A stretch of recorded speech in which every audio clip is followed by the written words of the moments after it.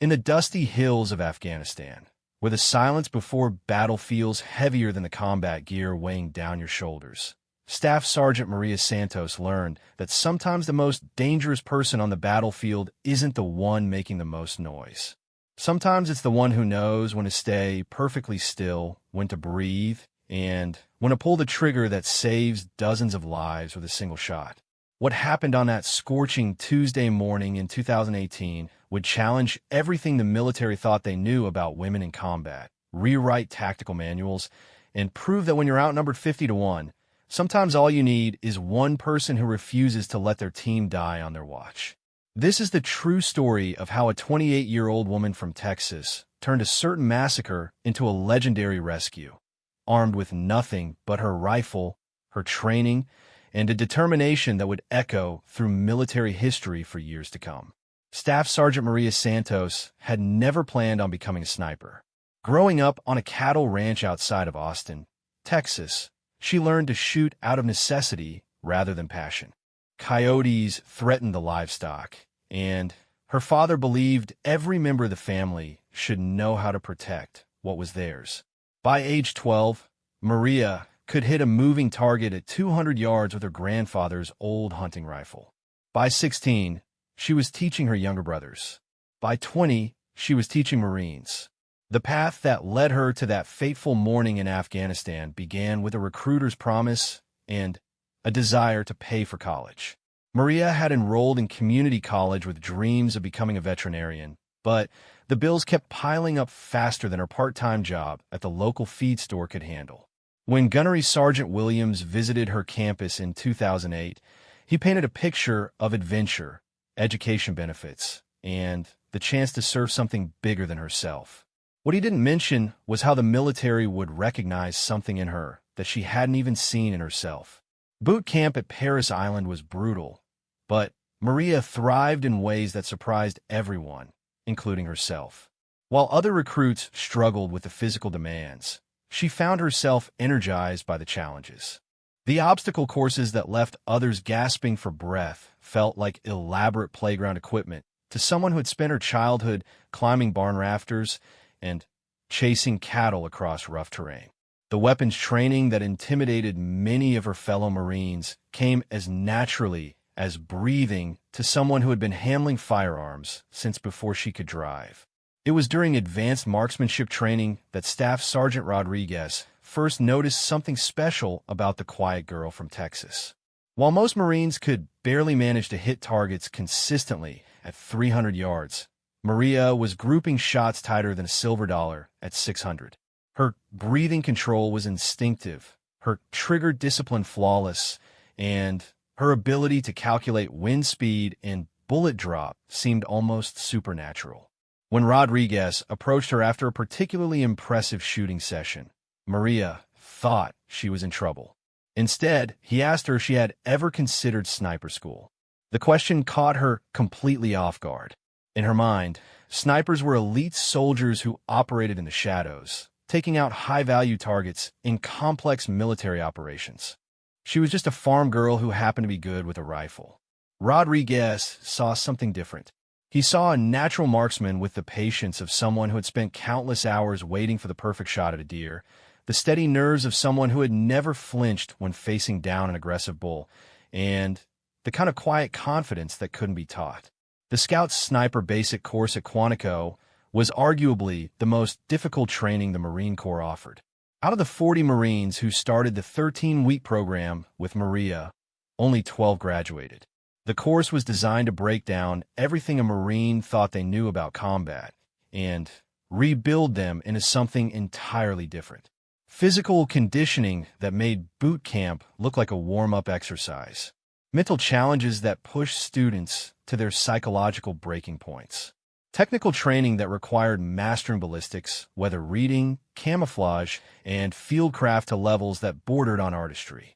Maria excelled at every aspect of the training, but it was during the stalking exercises that she truly distinguished herself. While other students struggled to remain undetected while moving across open terrain, Maria seemed to melt into whatever environment she was placed in. Whether it was dense Virginia forests or open desert training grounds, She had an almost mystical ability to become invisible. Instructors who prided themselves on their ability to spot students during exercises found themselves walking within feet of Maria's position without ever detecting her presence. The psychological aspects of sniper training were perhaps the most challenging. Learning to take a human life from a distance required a different kind of mental preparation than traditional infantry combat. It was personal in a way that firefights weren't. Through a high-powered scope, enemies weren't just targets in the distance, but human beings with faces, expressions, and sometimes families visible in photographs they carried. The instructors spent countless hours preparing students for the mental toll of precision killing, but nothing could truly prepare someone for that first shot. Maria's first deployment was to Iraq in 2011, as part of a Marine Expeditionary Unit tasked with providing security for forward operating bases in the volatile Anbar province. The role was primarily defensive, providing overwatch for patrols and protecting base perimeters from insurgent attacks. For months, she spent her days scanning endless horizons through her scope, watching for threats that sometimes materialized and sometimes didn't. The waiting was often harder than the action. Her first confirmed kill came during a dawn patrol that was supposed to be routine. Intelligence had indicated minimal enemy activity in the area, so the patrol was lightly armed and moving with standard precautions rather than high alert protocols. Maria was providing overwatch from a rooftop position nearly 800 yards away when she spotted the glint of sunlight off metal in a building window. Through her scope, she could see an insurgent setting up what appeared to be an improvised explosive device aimed at the patrol route. The shot was technically challenging. The target was partially concealed, the range was near the limit of her rifle's effective distance, and there was a slight crosswind that would affect bullet trajectory. Maria had perhaps 30 seconds to make the calculation and take the shot before the patrol would be in the kill zone. She controlled her breathing, made the necessary adjustments for wind and distance, and gently squeezed the trigger. The insurgent dropped immediately, and the IED was later found to contain enough explosives to have killed or seriously wounded every member of the patrol. That first kill affected Maria more than she had expected. Despite all the training and mental preparation, taking a human life was a profound experience that changed something fundamental inside her.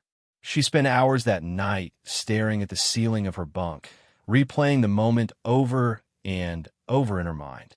The man in her scope had been young, probably not much older than her youngest brother back home. She wondered what circumstances had led him to that window, what beliefs had motivated him to try to kill American soldiers, whether he had a family who would mourn his death. But she also thought about the Marines in that patrol, men she had served alongside for months, whose lives she had saved with a single shot. Staff Sergeant Johnson, who showed her pictures of his newborn daughter every chance he got. Corporal Martinez, who sent half his paycheck home to help support his mother and sisters. Private First Class Thompson, barely 19 years old, and still writing letters to his high school girlfriend every night. Her shot had ensured they would all make it home to their families. Over the course of her first deployment, Maria participated in dozens of operations and recorded 7 confirmed kills.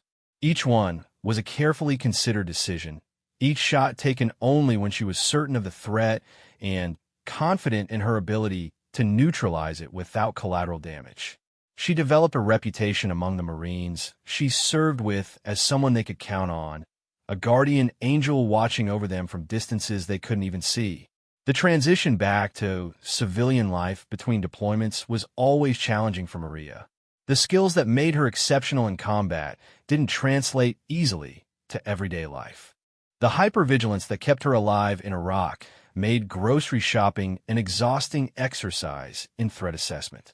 The patience required for long-range shooting didn't help with the impatience she felt standing in line at the DMV. The brotherhood she felt with her fellow Marines was something she couldn't find in any civilian relationship. Her second deployment came in 2014, this time to Afghanistan as part of Operation Enduring Freedom. The mission was similar to her Iraq deployment, but the terrain was vastly different. Where Iraq had been mostly flat desert punctuated by urban areas, Afghanistan was a maze of mountains, valleys, and ancient villages perched on hillsides that seemed to defy gravity.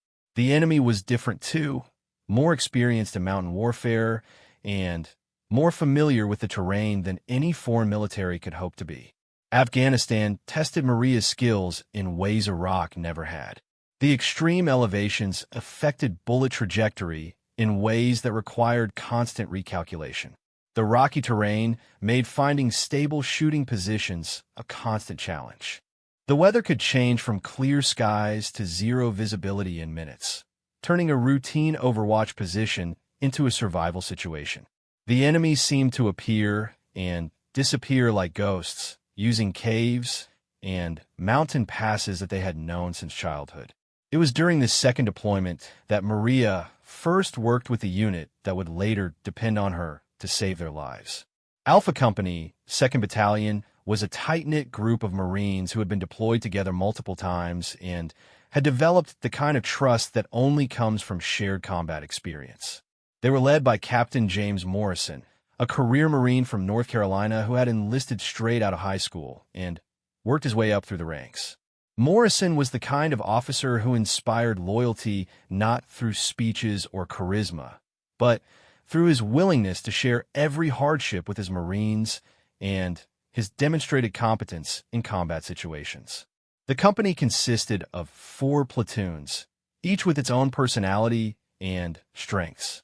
1st Platoon was known for their aggressiveness and had earned a reputation for being the unit you called when you needed someone to kick down doors and clear buildings. 2nd Platoon specialized in reconnaissance and was often tasked with gathering intelligence on enemy positions and movements. 3rd Platoon was the heavy weapons unit, responsible for providing fire support with machine guns and mortars. 4th Platoon was the newest addition to the company and consisted primarily of Marines on their first deployment. Maria was attached to Alpha Company as their designated marksman, providing long-range precision fire support for their operations. Unlike traditional sniper deployments where she might operate independently or with a small team, this assignment had her working directly with a full company of Marines. It was a different dynamic that required her to adapt her usual methods to work within the context of larger unit operations. The relationship between Maria and Alpha Company developed gradually over months of shared operations. Initially, some of the Marines were skeptical about having a female sniper attached to their unit. It wasn't personal animosity, but rather the natural wariness that came from having an unknown variable added to their established team dynamic. Combat units developed chemistry over time, learning to anticipate each other's actions and reactions in ways that could mean the difference between life and death in a firefight. Maria proved herself through consistent performance and unshakable reliability. When Alpha Company needed overwatch for a particularly dangerous patrol, she was in position hours before they needed her and stayed long after they had returned safely to base. When they needed someone to take out an enemy machine gun position that was pinning down one of their platoons, her shot was precise and immediate. When they needed reconnaissance on enemy positions that were too dangerous to approach, she could provide detailed intelligence from distances that kept the company safe while giving them the information they needed to plan their operations. The mountains of Afghanistan became Maria's classroom, teaching her lessons about combat that no training program could replicate. She learned to read the landscape like a book, identifying natural shooting positions and escape routes almost instinctively. She learned to predict weather patterns by watching cloud formations around mountain peaks, knowing that sudden fog could provide concealment or trap her in an exposed position. She learned to move through terrain that seemed impossible to traverse, finding paths that allowed her to reach positions that gave her clear fields of fire while remaining invisible to enemy observers. But perhaps most importantly, she learned to trust the Marines she was protecting and to understand that they trusted her in return. That mutual trust would prove to be the foundation that would allow her to save their lives when they faced overwhelming odds in what would become one of the most harrowing combat experiences of the entire Afghanistan conflict. The mission briefing came down through channels on a Monday morning in late September 2018, carried with the kind of urgency that made experienced Marines pay attention.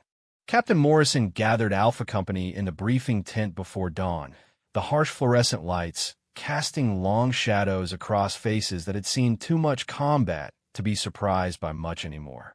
But there was something different about this one, something in the captain's expression that suggested this wouldn't be another routine patrol. Intelligence had identified a high-value target operating out of a remote village in the Khyner province, nestled in a valley so isolated that it required a 2-day patrol to reach on foot. The target was identified as Hassan al-Mahmoud, a bomb maker whose improvised explosive devices had been responsible for dozens of American casualties over the past 6 months. What made al-Mahmoud particularly dangerous wasn't just his technical skill, but his ability to train others in his methods. Intelligence indicated he was operating a training camp in the village, teaching local insurgents how to build and deploy the sophisticated roadside bombs that had become the signature weapon of the Taliban resistance. The village itself was a challenge that went beyond the usual complexities of mountain warfare. Satellite imagery showed approximately 200 buildings clustered around a central marketplace, connected by narrow streets that had been carved into the mountainside over generations. The entire village was surrounded by steep terrain that offered excellent defensive positions for anyone familiar with the landscape.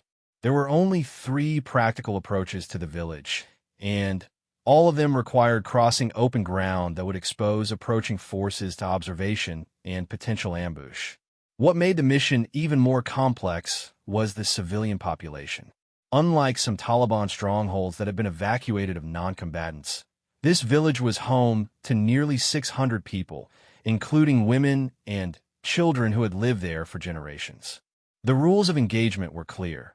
The mission was to capture or eliminate al-Mahmoud while minimizing civilian casualties.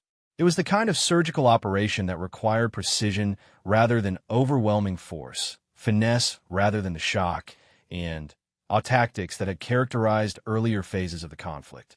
Captain Morrison explained the operation in methodical detail, using aerial photographs and topographical maps to show each phase of the plan. Alpha Company would approach the village from the east, using a route that took advantage of a narrow canyon that would conceal their movement until they were within a kilometer of the target. Second Platoon would establish a blocking position on the north side of the village to prevent enemy escape routes. Third Platoon would set up heavy weapons positions on the high ground to the south, providing fire support if needed. First Platoon would conduct the actual raid on the compound where al-Mahmoud was believed to be located. Maria's role in the operation was critical and complex. She would be positioned on a ridge approximately 800 yards southeast of the village, providing overwatch for the entire operation. Her mission was threefold: provide reconnaissance on enemy positions and movements, eliminate any threats to the assaulting forces, and serve as a communications relay between the various elements of the company. The position had been carefully chosen to give her clear lines of sight to most of the village while keeping her concealed from enemy observation. The intelligence picture that had led to this mission was based on several months of careful surveillance and human intelligence gathering. Afghan sources had reported increased activity around al-Mahmoud's compound, including the arrival of several unknown individuals who appear to be receiving training. Intercepted communications had mentioned plans for a major operation that would target American forces in the region. Drone surveillance had confirmed unusual patterns of movement in and around the village, suggesting that something significant was being planned. But intelligence in Afghanistan was always incomplete and often contradictory. What looked like a terrorist training camp from satellite imagery could turn out to be a wedding preparation or a seasonal farming activity. Communications that seemed to indicate attack planning could be local disputes or business negotiations. The fog of war was particularly thick in a country where cultural misunderstandings could turn routine interactions into deadly confrontations. The patrol to reach the village would take Alpha Company through some of the most challenging terrain in Afghanistan. The route Morrison had chosen avoided main roads and known enemy positions, but it also meant traversing mountain paths that had been used by smugglers and insurgents for decades. Every ridge could hide an observation post. Every valley could be a potential kill zone. Every cluster of rocks could conceal an improvised explosive device. Maria spent the afternoon before the mission meticulously preparing her equipment. Her rifle was a heavily modified M40A5, a bolt-action sniper rifle that had been customized specifically for her measurements and shooting preferences. The scope was a high-end Leupold variable power optic that she had zeroed and re-zeroed dozens of times until she could place shots exactly where she intended at distances up to 1,200 yards. Her ammunition was match-grade hollow-point rounds that had been hand-selected for consistency and accuracy. But the rifle was only part of her equipment load. She carried a spotting scope for long-range surveillance, night vision equipment for operations in darkness, communications gear for maintaining contact with the company, and enough food and water to sustain herself for several days if the mission went longer than planned. Her camouflage was a carefully constructed ghillie suit that she had modified with local vegetation to blend perfectly with the specific terrain where she would be positioned. The psychological preparation was just as important as the physical equipment. Maria had learned over multiple deployments that successful sniper operations required a specific mental state that balanced hyper-alertness with calm patience. She needed to be ready to make split-second decisions while also maintaining the focus to observe a target area for hours without losing concentration. She needed to be prepared to take human lives while also making sure that every shot was justified and necessary. The night before the mission, Maria found herself unable to sleep despite her exhaustion. She lay in her bunk thinking about all the variables that could affect the operation. Weather forecasts called for clear skies, but mountain weather could change rapidly and unpredictably. Enemy strength estimates suggested they would face no more than 20 to 30 insurgents, but those numbers were based on incomplete intelligence and could be drastically wrong. The terrain looked manageable in aerial photographs, but ground truth often revealed obstacles and challenges that couldn't be seen from above. She thought about the Marines she would be protecting during the operation. She had served with most of them for months and knew their strengths, weaknesses, and personal quirks. Staff Sergeant Rodriguez was aggressive and competent, but sometimes took risks that weren't necessary. Corporal Williams was methodical and careful, but sometimes hesitated when quick decisions were needed. Private First Class Anderson was eager and brave, but lacked the experience that would help him recognize dangerous situations before they became critical. The mission began before dawn on Tuesday morning, with Alpha Company moving out of their forward operating base under cover of darkness. The initial movement was conducted in tactical formation, with scouts moving ahead of the main body to check for ambushes or roadside bombs. Maria moved with 2nd Platoon, which would drop her off at her overwatch position before continuing to their blocking position north of the village. The route to her position required crossing terrain that would have been challenging even without 60 pounds of equipment on her back. Rocky slopes that crumbled underfoot made every step treacherous, especially in the pre-dawn darkness when depth perception was compromised by limited visibility. Narrow ledges that looked substantial in aerial photographs turned out to be barely wide enough for a single person to traverse safely. Creek beds that appeared dry from above were actually flowing with enough water to soak through boots and make movement noisy and difficult. Maria reached her overwatch position just as the first light of dawn began to illuminate the valley below. The spot Morrison had chosen for her was nearly perfect, a natural depression in the rocks that provided excellent concealment while offering clear lines of sight to the entire village. She spent the first 30 minutes carefully constructing her final hide, using local rocks and vegetation to create a position that would be virtually invisible from below while still allowing her to observe and engage targets throughout the area. Through her spotting scope, the village looked deceptively peaceful in the early morning light. Smoke was beginning to rise from cooking fires, and she could see a few early risers moving through the narrow streets. Children played in a small courtyard near the center of the village, their laughter carrying faintly across the distance. It was hard to imagine that this seemingly innocent scene was about to become a battlefield. But Maria's trained eye also picked up details that suggested all was not as peaceful as it appeared. There were too many military-age males moving through the streets, more than would be normal for a village of this size and economic status. Several buildings showed signs of recent fortification, with sandbags and concrete barriers that served no civilian purpose. Most telling, there were lookouts posted on rooftops and high points throughout the village, a security measure that wouldn't be necessary if the residents had nothing to hide. As the sun rose higher, Maria began to pick out specific threats that would endanger the Marines when they began their assault. A machine gun position had been established in the minaret of the village mosque, positioned to provide covering fire for most of the main approaches. Sniper positions had been prepared in several buildings along the routes the Marines would most likely use. Fighting positions had been dug into the hillsides above the village, creating interlocking fields of fire that could pin down attacking forces in the open ground. The radio crackled softly in her earpiece as the various elements of Alpha Company reported reaching their assigned positions. 2nd Platoon was in place and ready to block the northern escape routes. 3rd Platoon had established their heavy weapons positions and were standing by to provide fire support. 1st Platoon was moving into position for the assault on Al-Mahmoud's compound, but their approach had been slower than expected due to terrain difficulties. Captain Morrison's voice came through the radio with characteristic calm professionalism. The assault would begin in 30 minutes, giving all elements time to complete their final preparations and confirm their readiness. Maria used the time to range key points throughout the village with her laser rangefinder, making note of exact distances to potential targets and calculating the ballistic adjustments she would need for shots at various ranges.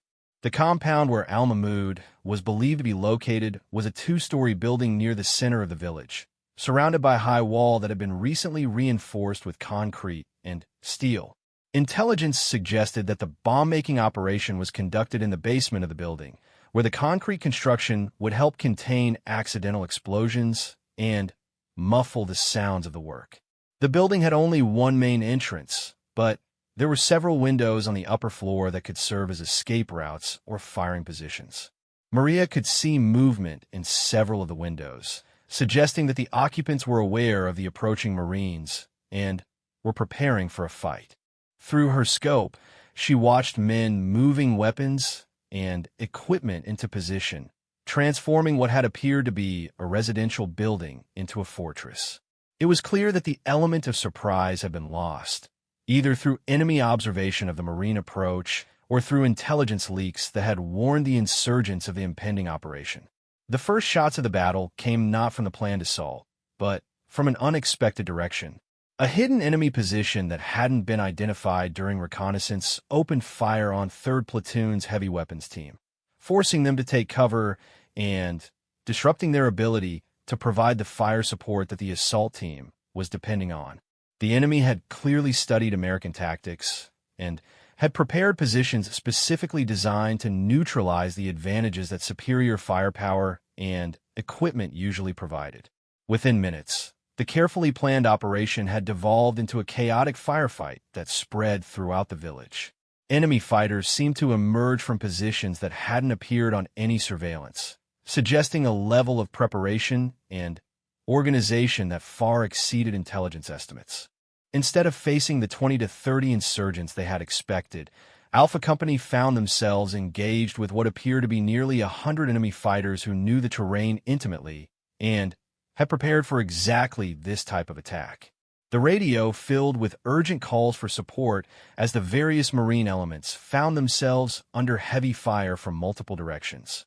1st Platoon was pinned down in the open ground short of their objective, taking casualties from accurate sniper fire that seemed to come from every direction. 2nd Platoon's blocking position had become a target for mortar attacks that suggested the enemy had pre-planned firing solutions for likely Marine positions. 3rd Platoon was engaged in a desperate firefight that prevented them from providing the fire support that the other elements desperately needed. From her overwatch position, Maria could see the entire battle unfolding like a deadly chess game where the enemy seemed to anticipate every move the Marines tried to make.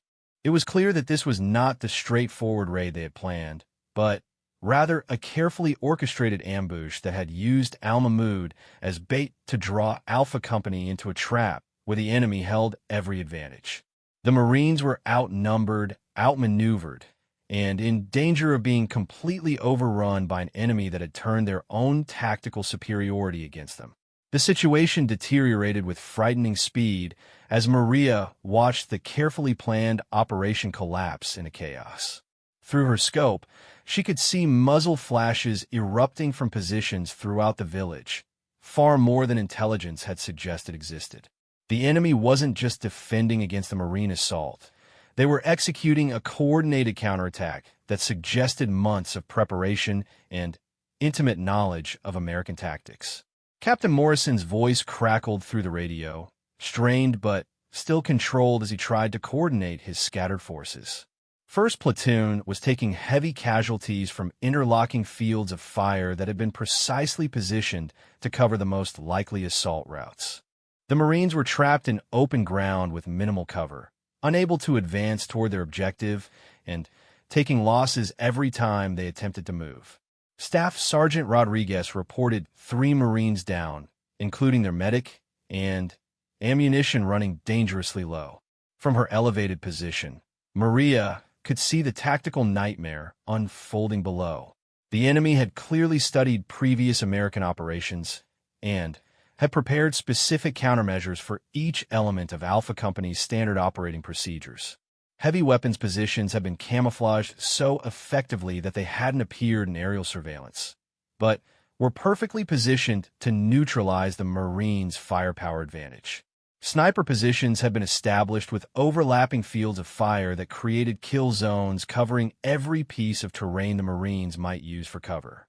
Second Platoon's blocking position on the north side of the village had become a death trap. What had appeared to be excellent terrain for preventing enemy escape routes turned out to be a carefully prepared ambush site. The Marines found themselves caught between enemy positions on the high ground and a second force that had emerged from hidden tunnels in the valley floor. Corporal Williams reported over the radio that they were surrounded and taking fire from at least 3 different directions. Several Marines had been wounded, and their ammunition was being consumed faster than they could resupply. Third Platoon's heavy weapons team, which was supposed to provide fire support for the entire operation, found themselves fighting for their own survival.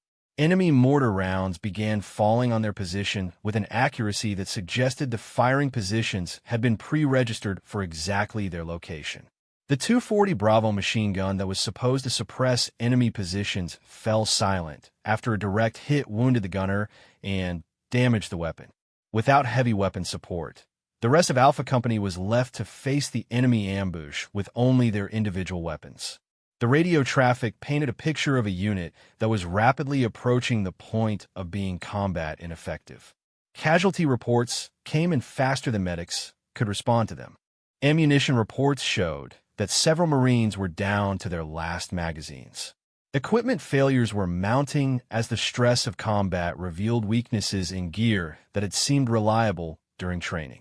Most ominously, the enemy seemed to be maneuvering to cut off the routes that Alpha Company would need to use for withdrawal. Maria realized that she was watching her friends and comrades being systematically destroyed by an enemy that had outthought and outmaneuvered them at every turn. The village that had appeared to be a terrorist sanctuary was actually an elaborate trap that had been designed to lure American forces into a killing ground where every advantage lay with the defenders. The intelligence that had led to this mission had been either completely wrong or deliberately manipulated to draw Alpha Company into an ambush. Through her spotting scope, she began to identify the key enemy positions that were causing the most damage to the Marine forces. The machine gun in the mosque minaret was sweeping the area where 1st Platoon was pinned down, forcing them to keep their heads down and preventing them from returning effective fire. A group of snipers positioned in a three-story building near the village center were picking off any Marine who exposed himself for more than a few seconds. Most critically, an enemy mortar team positioned on the reverse slope of a hill west of the village was dropping rounds with increasing accuracy on all the Marine positions. The tactical situation was clear to Maria, even if it wasn't immediately obvious to the Marines fighting for their lives in the valley below. Alpha Company was facing a force that significantly outnumbered them and held terrain advantages that made conventional assault tactics suicidal. The enemy had prepared for exactly this type of operation and had turned the village into a fortress that could withstand attacks by forces much larger than a single Marine company. Unless something changed dramatically, Alpha Company was facing the possibility of being completely wiped out. But Maria also recognized that her position gave her advantages that no other member of Alpha Company possessed. She was outside the kill zone that the enemy had prepared, positioned where she could observe the entire battlefield and identify targets that the Marines below couldn't see. Her rifle could reach targets throughout the village with precision that could eliminate key enemy positions one at a time. Most importantly, she was in a position where she could think tactically rather than just try to survive the next few minutes. Her first target was the machine gun position in the mosque minaret. Through her scope, she could see the muzzle flashes as the gunner swept back and forth across first platoon's position, forcing the Marines to stay behind whatever minimal cover they could find. The range was 847 yards according to her laser rangefinder, well within her capabilities but requiring careful calculation for wind speed and direction. The crosswind was running from left to right at approximately 8 miles per hour, which would require her to aim slightly left of target to compensate for bullet drift. Maria controlled her breathing and settled into her shooting position, feeling the familiar calm that came over her when everything else faded away except the target in her scope. The enemy gunner was partially concealed behind sandbags, but his head and shoulders were visible as he aimed and fired. She waited for the pause between his bursts of fire. When he would be still for the few seconds, it would take her bullet to travel the distance between them. The shot broke cleanly, and through her scope she watched the enemy gunner collapse backward into the minaret. The machine gun fell silent immediately, giving 1st Platoon their first relief from the devastating fire that had been pinning them down. Staff Sergeant Rodriguez's voice came through the radio with the first positive report she had heard since the fighting started, confirming that the machine gun was no longer a threat and that his Marines were beginning to return effective fire. But eliminating one threat only revealed the magnitude of the problem Alpha Company was facing.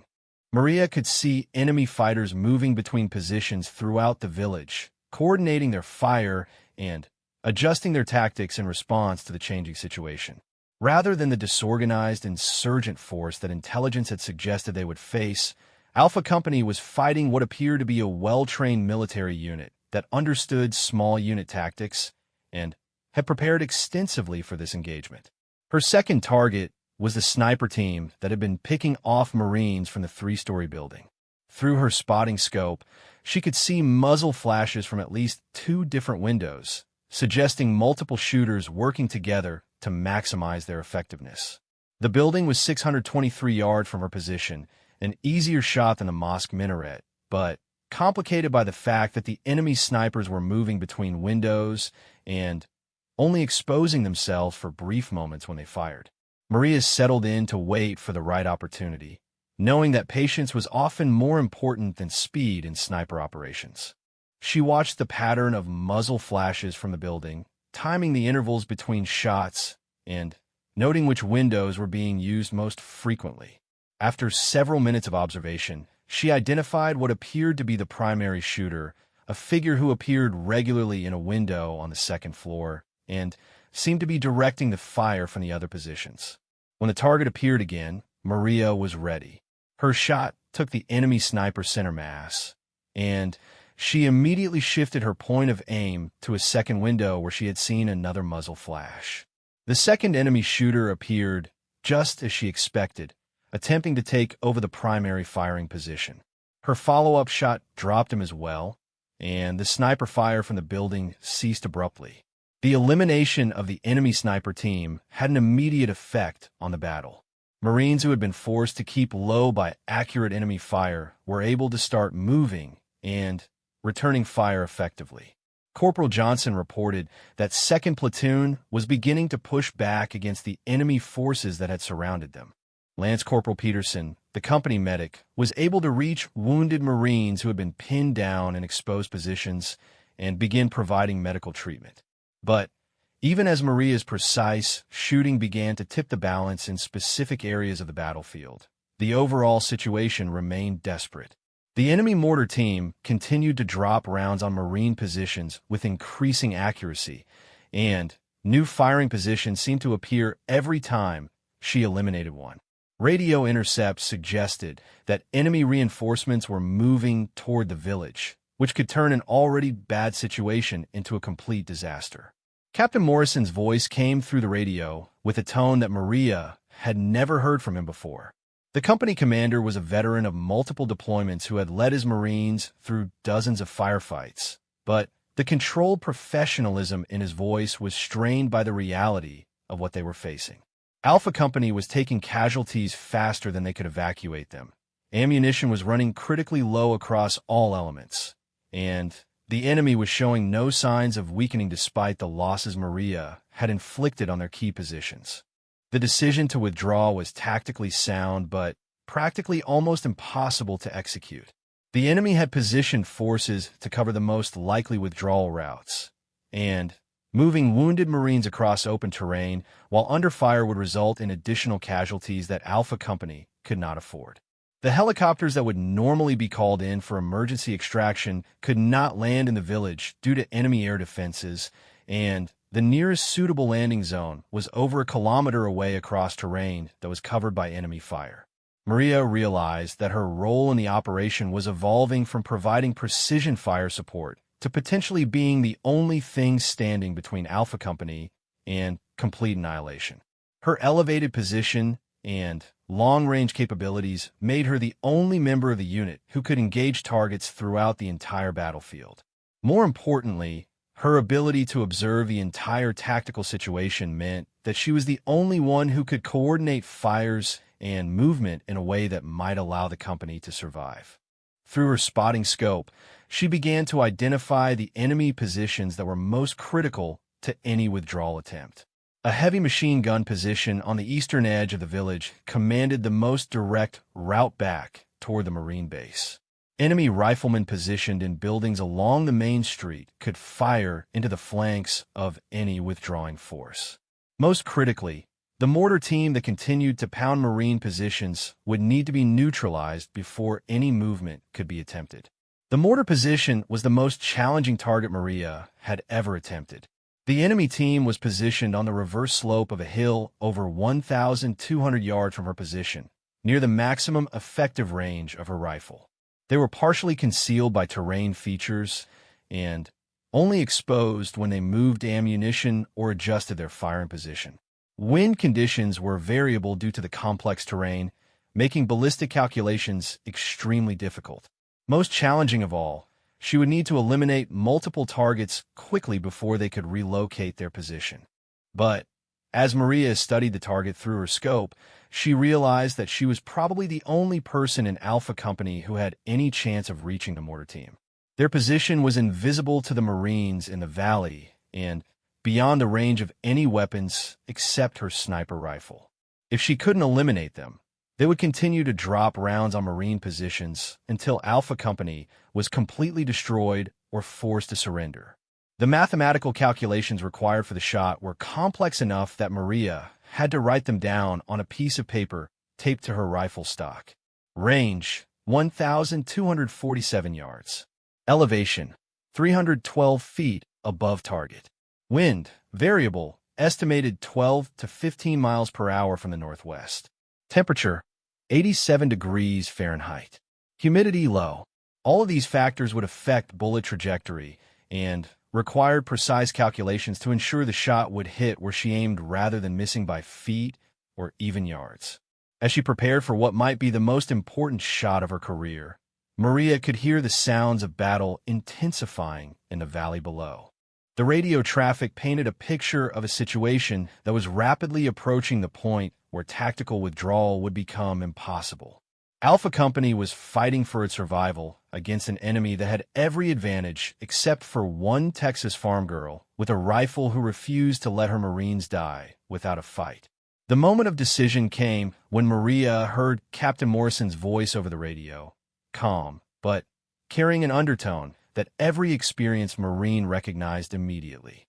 He was preparing to call for danger-close artillery fire on his own position, a last resort that would likely save some of his Marines, but guarantee casualties for friendly fire.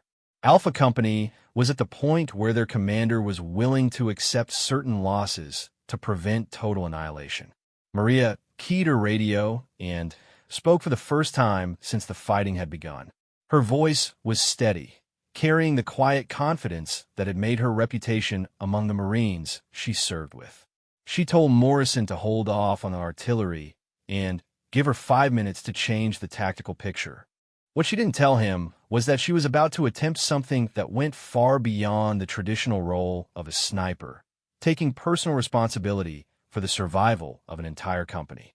The mortar position remained her primary target, but Maria had identified a sequence of shots that could systematically eliminate the enemy positions that were preventing Alpha Company from withdrawing. It would require shooting faster and more accurately than she had ever shot before, engaging targets at ranges that pushed her equipment to its limits, all while under the pressure of knowing that each miss could cost Marine lives. Her first shot at the mortar position required everything she had learned about long-range shooting over years of training and combat experience. The target was barely visible through her scope, appearing only as occasional movement behind earthen berms that provided the enemy team with protection from everything except precision fire from extreme range. She adjusted her scope for the maximum range setting and calculated the holdover required to compensate for bullet drop over the 1,247-yard distance. The wind calculation was the most critical variable. At that range, even a small error in estimating wind speed or direction could cause a miss by several feet. Maria watched the grass and vegetation between her position and the target, looking for clues about wind patterns in the complex terrain. She observed dust and smoke from the enemy position itself, trying to gauge wind speed and direction at the target location. After several minutes of careful observation, she estimated the wind at 14 miles per hour from the northwest, requiring her to aim nearly 3 feet left of her intended point of impact. The shot required a level of breath control and trigger discipline that was almost meditative in its intensity. Maria emptied her lungs and let her natural respiratory pause settle her body into perfect stillness. Through her scope, she could see one member of the mortar crew moving ammunition while another adjusted the firing mechanism. She chose the Marine who appeared to be directing the team's fire, knowing that eliminating the leader might disrupt their operations even if she couldn't immediately eliminate all of them. The trigger break was smooth and predictable, exactly as she had practiced thousands of times.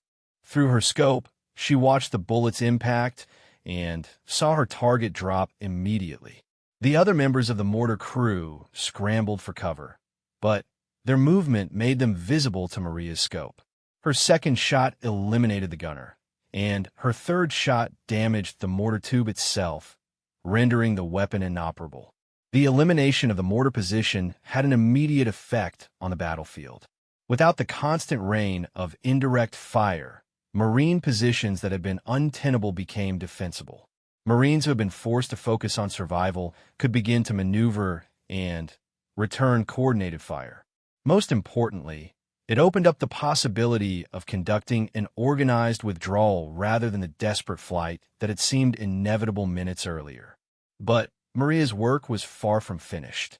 She could see through her spotting scope that the enemy was reacting to the loss of their mortar support by repositioning forces and adjusting their tactics. Enemy fighters were moving to new positions that would allow them to continue covering the routes Alpha Company would need to use for withdrawal. Her elimination of key targets had bought time and breathing room, but the fundamental problem remained. Alpha Company was outnumbered and surrounded by an enemy that held most of the tactical advantages.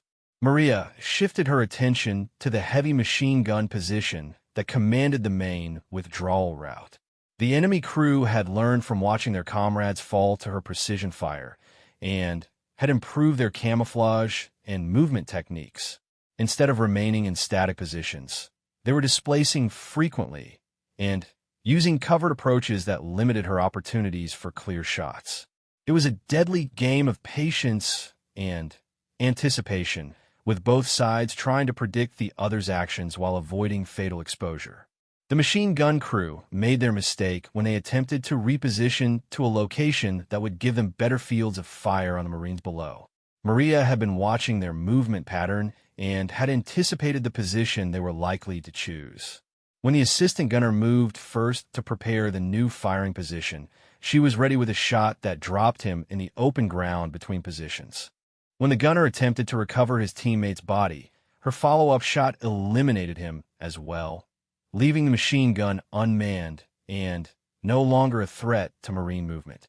Captain Morrison's voice came through the radio with the first tactical orders that sounded like leadership rather than desperation.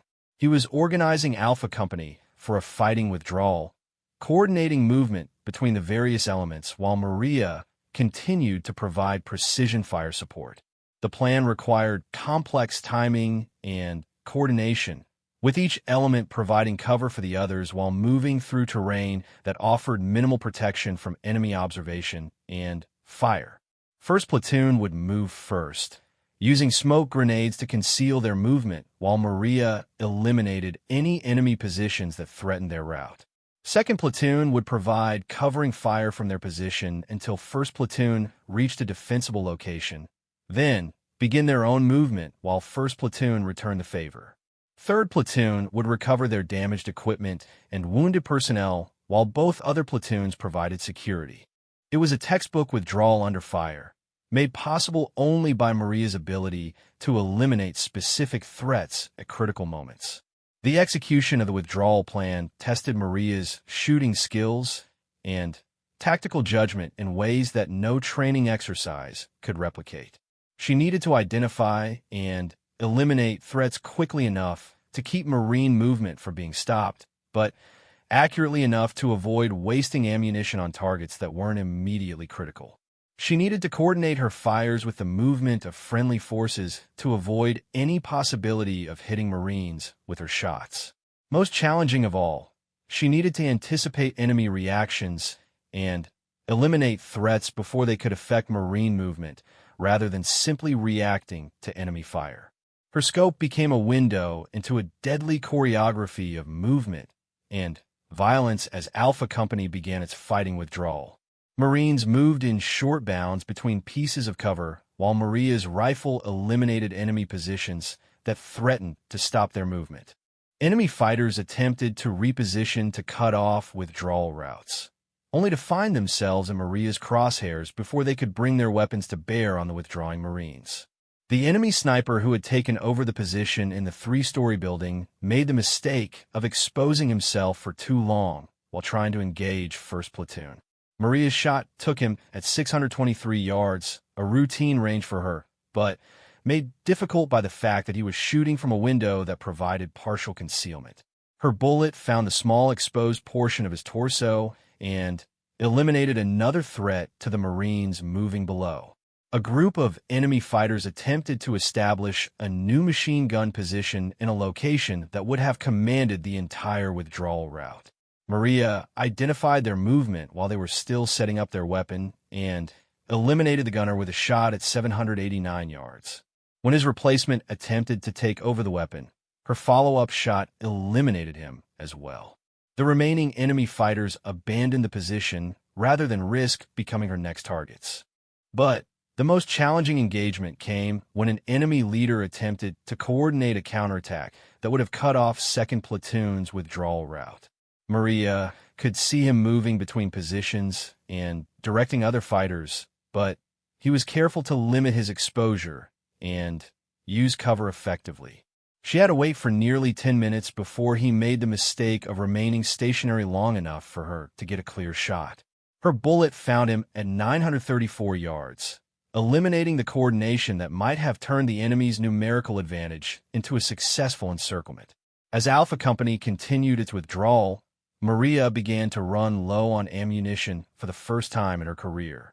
Each shot required careful consideration not just for its immediate tactical effect, but for whether the target was important enough to justify using one of her remaining rounds. She had started the mission with 60 rounds of match-grade ammunition and was down to fewer than 20 as the withdrawal continued. The radio crackled with reports of progress as each Marine element reached successive positions along the withdrawal route.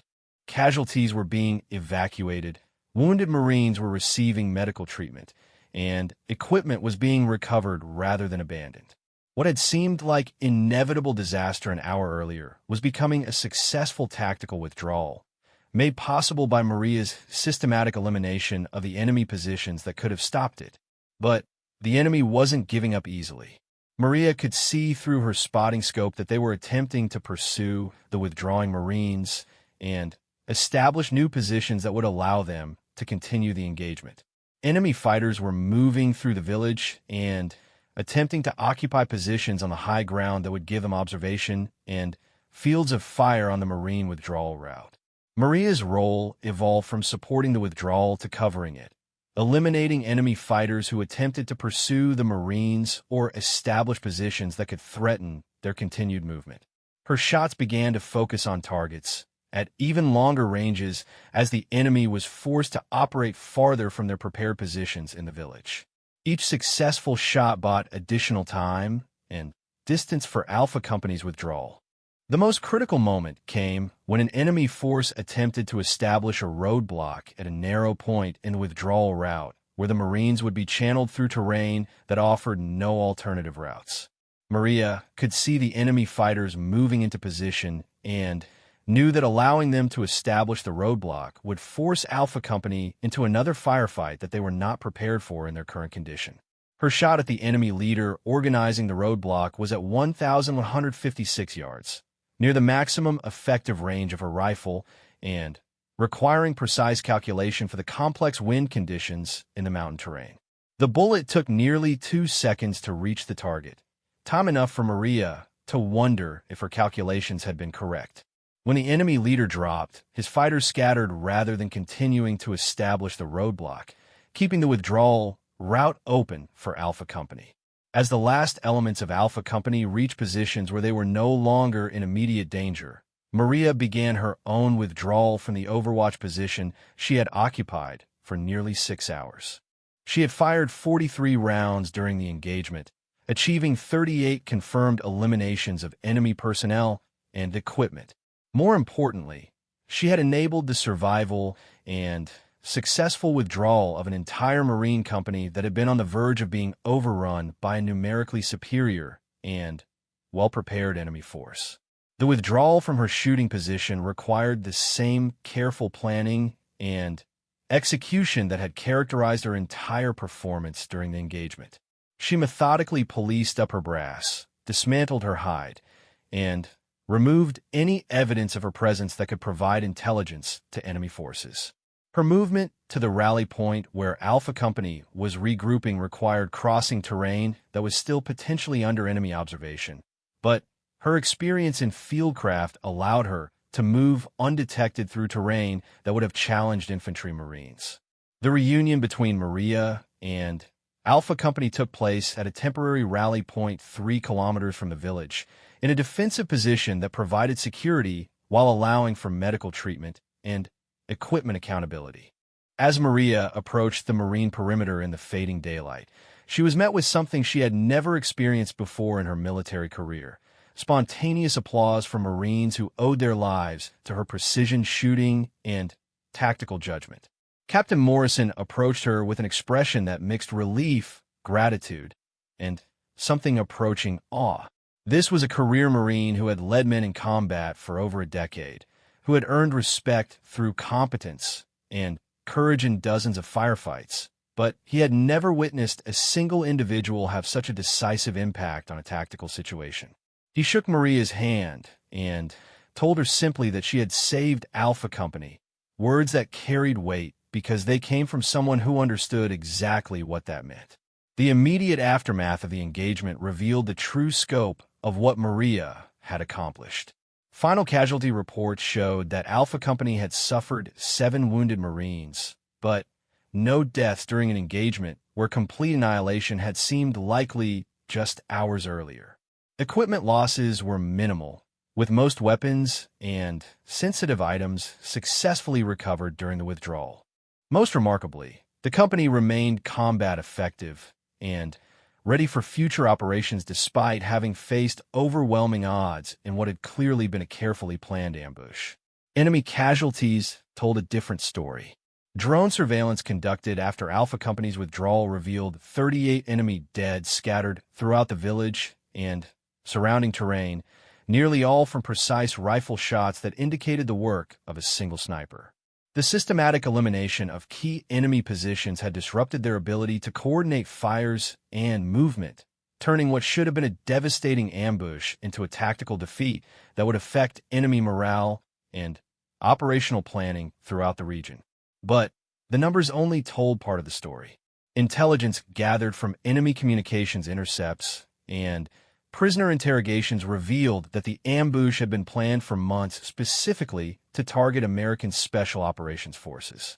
The village had been turned into an elaborate kill zone designed to demonstrate that American military superiority could be neutralized by careful planning and preparation.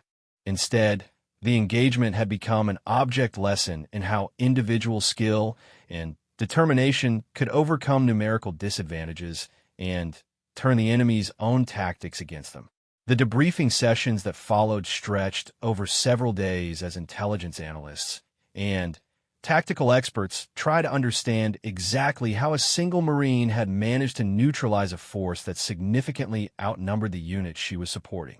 Maria found herself explaining shot sequences, target selection criteria, and tactical decisions to audiences that included some of the most experienced combat veterans in the Marine Corps. Her methodical approach to the engagement, combined with her ability to think tactically under extreme pressure, became a case study that would influence sniper training and employment for years to come. The formal recognition for Maria's actions came through multiple channels, reflecting the extraordinary nature of her performance during the engagement. The Silver Star citation praised her conspicuous gallantry and intrepidity in action against an armed enemy, and specifically noted her decisive actions in eliminating enemy positions that enabled the successful withdrawal of an entire Marine company under overwhelming enemy fire. The Purple Heart was awarded for wounds she had sustained from shrapnel during the enemy's mortar attacks on her position, injuries she had ignored at the time in order to continue providing fire support. But perhaps more meaningful to Maria was the informal recognition she received from the Marines she had served with. Stories of her performance spread throughout the Marine Corps with the kind of legendary status usually reserved for historical figures rather than active duty personnel. Marines who had never met her knew her name and could recite details of the engagement with the kind of reverence usually reserved for Medal of Honor recipients. She had become a symbol of individual excellence and determination that inspired Marines throughout the service. The tactical lessons learned from the engagement revolutionized how the Marine Corps employed snipers in complex operations. Maria's performance demonstrated that a properly positioned and supported sniper could influence tactical situations far beyond traditional force ratios and organizational structures. Her ability to observe the entire battlefield and coordinate her fires with unit movement showed the importance of integrating precision shooting with maneuver operations in ways that previous doctrine had not fully appreciated. Sniper schools throughout the military began incorporating elements of Maria's engagement into their training programs, using her tactical decisions and shooting sequences as examples of how individual Marines could have strategic impact on combat operations. Her methodical approach to target selection, her ability to prioritize threats based on their tactical significance rather than simply their visibility, and her integration of precision fires with unit movement became standard elements of advanced sniper training. The engagement also highlighted the importance of individual initiative and tactical flexibility in modern combat operations. Maria's decision to expand her role beyond traditional sniper employment, taking personal responsibility for the survival of an entire company, demonstrated the kind of leadership and tactical judgment that could not be taught in formal training programs, but emerged from the combination of technical skill and moral courage that define the best military professionals. The psychological impact of the engagement extended beyond its immediate tactical significance. For Alpha Company, the knowledge that a single Marine had been willing to risk everything to ensure their survival created bonds of loyalty and mutual respect that would last throughout their careers. For the enemy forces in the region, the systematic destruction of a carefully planned ambush by a single American sniper became a cautionary tale about the capabilities they faced and the futility of engaging American forces in conventional tactical situations. Maria's return to the United States after completing her deployment was marked by recognition from military and civilian authorities who understood the significance of her actions. Congressional representatives praised her service during ceremonies that highlighted the contributions of women in combat roles. Military leaders used her example to argue for expanded opportunities for female Marines in previously restricted military occupational specialties. Media coverage focused on the human interest aspect of her story, but Maria consistently redirected attention to the Marines she had served with and the team effort required for successful military operations.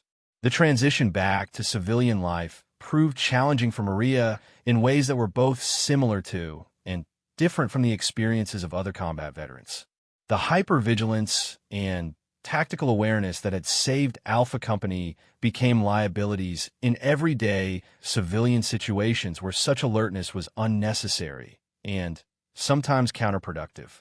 The confidence and decisiveness that had enabled her to make life and death decisions under extreme pressure didn't translate easily to civilian employment situations where collaboration and consensus building were more valued than individual initiative.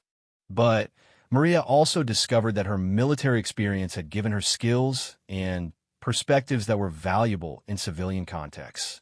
Her ability to remain calm under pressure made her an effective crisis manager in emergency situations. Her experience in training and mentoring junior Marines translated into leadership abilities that serve her well in supervisory positions. Her understanding of complex systems and organizational dynamics, developed through years of military service, gave her insights that proved valuable in business and community settings. The long-term impact of Maria's actions extended far beyond the immediate tactical situation in Afghanistan. Her performance became a reference point for discussions about women in combat roles, providing concrete evidence of the capabilities that female Marines could bring to the most demanding military situations. Her example influenced policy decisions about military occupational specialty assignments and helped pave the way for expanded opportunities for women throughout the armed services. Military historians would later identify Maria's engagement as a turning point in the evolution of modern warfare, demonstrating how individual skill and technology could overcome traditional numerical advantages in ways that previous generations of military leaders had not fully understood. Her systematic elimination of enemy positions using precision fire represented a new paradigm for employing advanced weapons systems and highly trained personnel in complex tactical situations. The legacy of Maria's actions continued to influence military training and doctrine long after she had returned to civilian life. Her engagement became required study at military academies and staff colleges, where future officers analyzed her tactical decisions and learned from her example of individual initiative and moral courage. Her story was told to new generations of Marines as an example of the kind of excellence and dedication that defined their service's highest traditions. But perhaps the most enduring legacy of Maria's actions was the simple fact that 37 Marines returned home to their families because one person refused to accept that their deaths were inevitable. In a profession where success is often measured in terms of strategic objectives and tactical victories, Maria's greatest accomplishment was fundamentally human.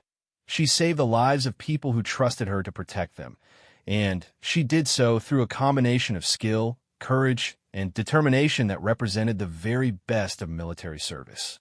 Years later, when Maria spoke to groups of young people about her military experience, she always emphasized that her actions on that day in Afghanistan were not the result of any special gifts or extraordinary abilities. They were the product of training, preparation, and a commitment to the people she served with that went beyond personal considerations of safety or comfort. Her message was that ordinary people could accomplish extraordinary things when they were properly prepared and motivated by purposes larger than themselves. The story of Maria Santos and Alpha Company became more than just a military engagement. It became a testament to the power of individual excellence and moral courage to change the course of events in ways that could save lives and inspire others to similar acts of service and sacrifice. In a world where individual actions often seem insignificant in the face of larger forces and complex problems, Maria's story served as a reminder that single persons, properly trained and motivated, could still make a decisive difference in the outcome of events that mattered most to the people they served with and the values they fought to protect.